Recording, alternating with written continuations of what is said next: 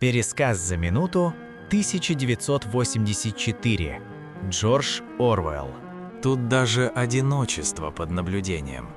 Камеры смотрят, экраны слушают. Ты не человек, ты статистика. Уинстон живет тихо, слишком тихо. Его работа – стирать людей из истории. Был человек, нет человека. Он хранит запретное – память. И еще одну опасную вещь – чувства. Они смеются, и за это могут исчезнуть. Ошибка номер один – поверить в укрытие. Их берут без крика, спокойно.